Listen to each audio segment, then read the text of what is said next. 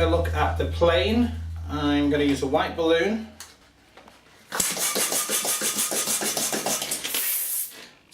Make the balloon with approximately 1.5 inches of space towards the end. Tie a knot in that. The front of the plane is where we're going to start off with, so with the cockpit we're going to give it about 1.5 inches of air for the first bubble. We're now going to go straight to the wings. Now the cabin will show us the size of the wings we're going to do. So make the cabin approximately 2 inches long. We're going to do our first wing by, we're not twisting these together, I'm just holding them to each other to help my grip. I'm going to twist the bottom of the wing like so, which is approximately 1.75 inches. That then comes together to where the head is, so we make a triangle. We're looking to make a perfect triangle here. And then I twist the main body of the balloon with the cockpit of the plane so that we get this kind of shape. And it's a perfect triangle over here for the first wing. We're going to mirror that on the other side. I will place the balloons next to each other so that I can roughly gauge everything to be the same size. That is slightly a bit too small. I'm going to release it. There we go. And just looking at the other side of the balloons, I can gauge that everything is approximately the same size.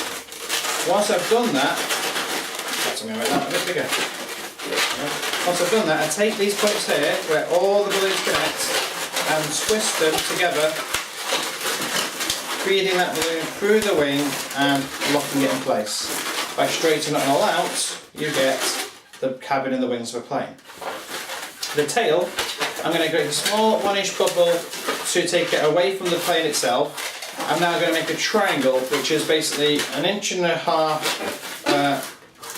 here, and then going to go upwards. So I'm going to roughly approximate that to be 1.5 inches as well, and then make another triangle by bringing what's left of the balloon and connecting it to the space between these bubbles. So I can now twist all that together as one, and it will lock, and it creates the back end of a plane like so. This bubble here will keep this pointing upwards. It's not the most stable of balloons. I mean, it could be knocked out and knocked out of place like any balloon, but initially it looks pretty good. And I'm going to take a pen. I use the blue one. I draw 2 windows in the cabin, as though this was a jumbo jet. I can sometimes draw little people in there, depending on how much time I've got. And then I do a big window at the front. And a picture of the pilot on the wheel. And there you get the aeroplane. So let me show you that with an over the shoulder shot. There you go. And that plane does actually fly if you go outside when it's really windy. So we'll take the plane. Nice big white balloon. Leave a little bit of air inflated. Tie a knot, approximately 1.5 inches. Cockpit to begin with. Hold it in there as I do the cabin of the plane. Approximately 2 inches. Gauge an idea for a triangular wing. Bring them together so it makes the triangle.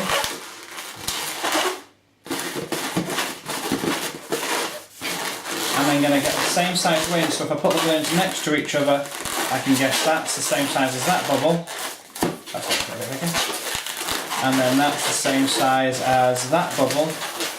And I can lock all those together like so. Twice, just to be sure.